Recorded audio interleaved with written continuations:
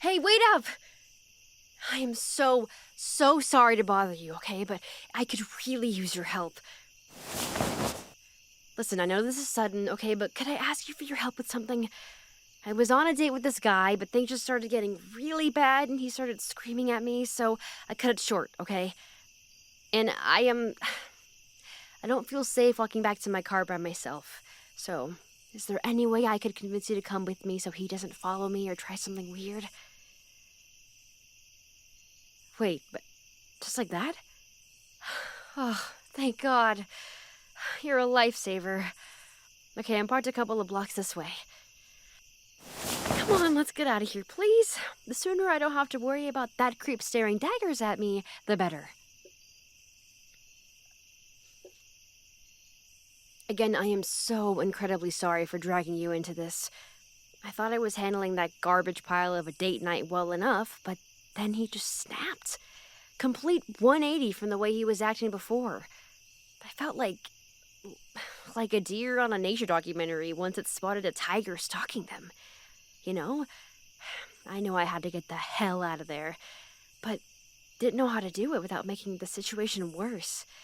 Then you and I locked eyes, and I just thank you. Thank you so much. Why'd he explode? I told him I didn't want to move the date somewhere else. Honestly, I should probably start from the beginning. This might just turn into me ranting about how miserable it is to find someone, though, so, are you sure you're up for that? Okay, you've been warned. That guy was supposedly my coworker's cousin or something.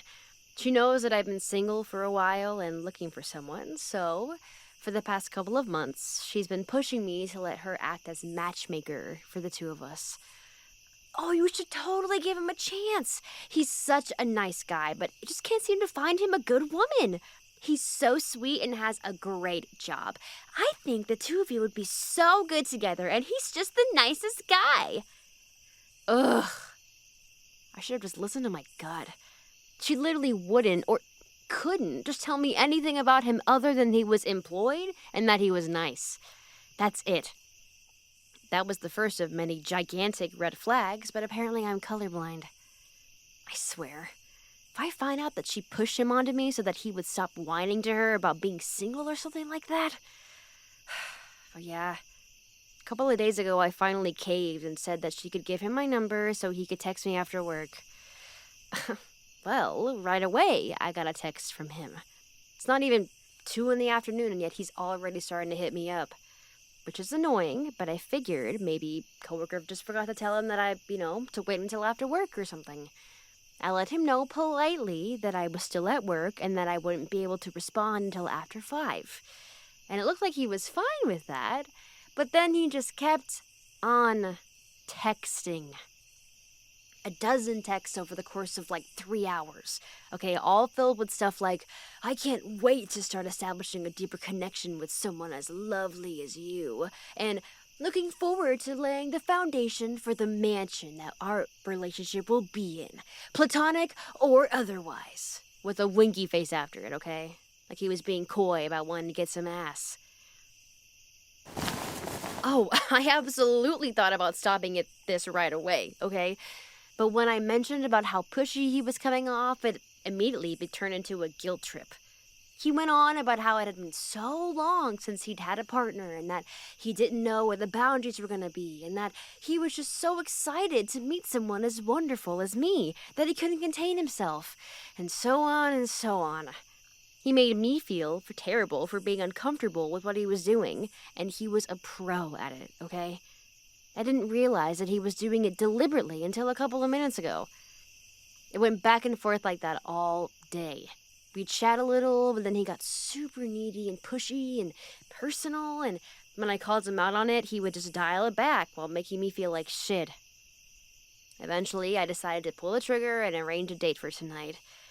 I figured I might as well get things over with and find out firsthand if he was actually the nice guy he constantly kept telling me he was, or if my instincts were correct and he was just another creep. I don't remember the last time being right about something was so disappointing. Oh, I could tell right away that I had made a mistake. As soon as we sat down, the conversation was all about him and what he could offer me, regardless of whether or not it was what I wanted. He asked about my job, then immediately turned around and went on about his own and how he could provide for me and how I'd never have to work again a day in my life. Previous relationships came up and he interrupted me constantly, saying how he would obviously never be as horrible to me as any of my exes were. He said that he wanted to know what I was looking for in a partner, and then without giving me a chance to answer, gave this super long, nitpicky list of every criteria his perfect match needed to meet. And look, hear me out, okay? If focusing your attention on raising a family and keeping the house in order is what you find fulfilling, then go ahead and do it, right? Hell, I mean, if and when I'm ready to completely settle down and have kids with someone, I'm not going to 100% rule out that path for myself if it's an option. Yes, exactly. Okay, you actually get it. It's not the default role for me anymore. It's a choice. But that asshole back there was acting like he knew what I really wanted deep down. Because in his mind, every woman is the same and is going after the same thing. So it was all about making sure he knew what was expected of me should he decide to consider me worthy of his interest. Which was basically to look good at all times, be utterly financially dependent on him, defer to his decision-making on every important issue, and otherwise be totally and completely submissive to him. And not in the fun way, either. But, yes, I am flirting with you. Why shouldn't I? I mean, you're kind enough to jump into this role of knight in shining armor when a damsel's in distress. And you're a good listener, too. You also just now made sure that I was actually hitting on you instead of assuming one way or another, so, that's refreshing, if I'm being totally honest. So you've already ticked 3 boxes in the past few minutes, which is way more than he ever did in the past few days. That's a good question. What do I want in a man? Honestly, I just want safe, you know? Safe is underrated. I want to be able to come home at the end of whatever bullshit I've had to deal with in a world that's getting crazier by the day, and know that the person waiting there for me will make the place more of a refuge than would be if I were alone, you know? And safe doesn't mean boring, either. Safe can be still, good and funny and sexy and adventurous and romantic and everything else you could ask for. Oh, so now you're just fishing for compliments, Come on. I was being shrieked at by someone over twice my size, demanding that I take him back to my place since he paid for dinner. It was very much a no second locations kind of situation, okay? I wouldn't have picked you out of everyone else on that street if I didn't think you were both strong enough to protect me from him and a good enough person to do so without asking anything in return. I'm just glad you're up to the task. Oh my god. Okay, you would not believe how many men think like him. Guys like that put on a show by pretending that, to be all generous at first. Then they buy you gifts without asking, refuse to let you pay for dinner, that sort of stuff. But it's purely transactional.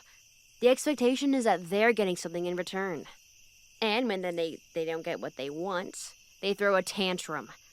He even had the balls to say that I was leading him on when I had asked for precisely 0 of the things he offered me. Not that any of what he was saying made sense. He managed to call me a frigid bitch and a gold digger in the same breath, as if those were compatible somehow, okay? A pathetic last-ditch attempt to either scare me or shame me into sleeping with him.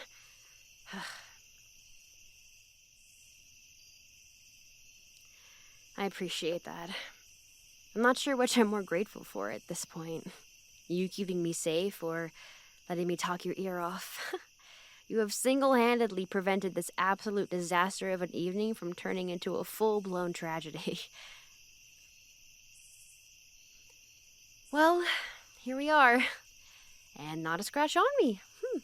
You, Mr. Knight, have performed your duties admirably. And, gotta be honest, you also put me in a pretty good mood. Feels good to be asking this time around. If you're alright with it, mind if I get your number?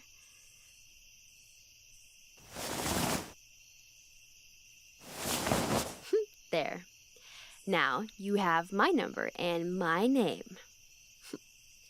Still, I don't think that's near enough compensation for your services this evening.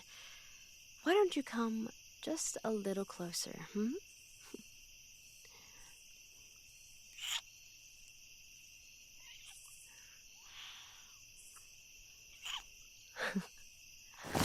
Oh. Oh.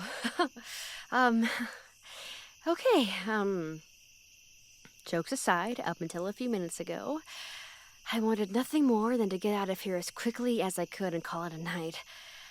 Now, though, I don't think I'm ready for the evening to end just yet. Plus, it would be a shame for me to have spent as much time as I did looking this good, only for it to be wasted, huh?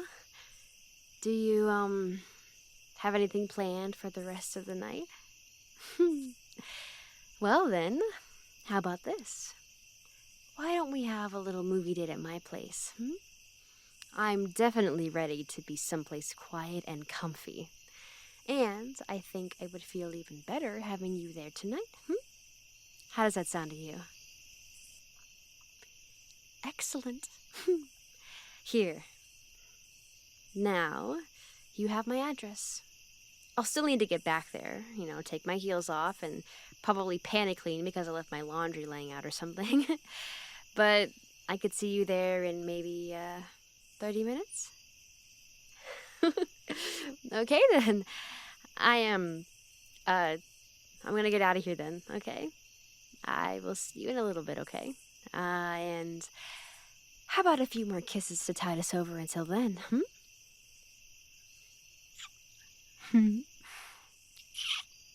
By the way, if you play your cards right,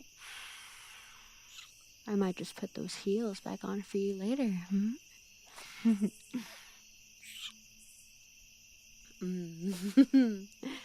I can see that got you invested now, huh? I wonder how much of that movie we're gonna get through. I'll see you in a bit, handsome.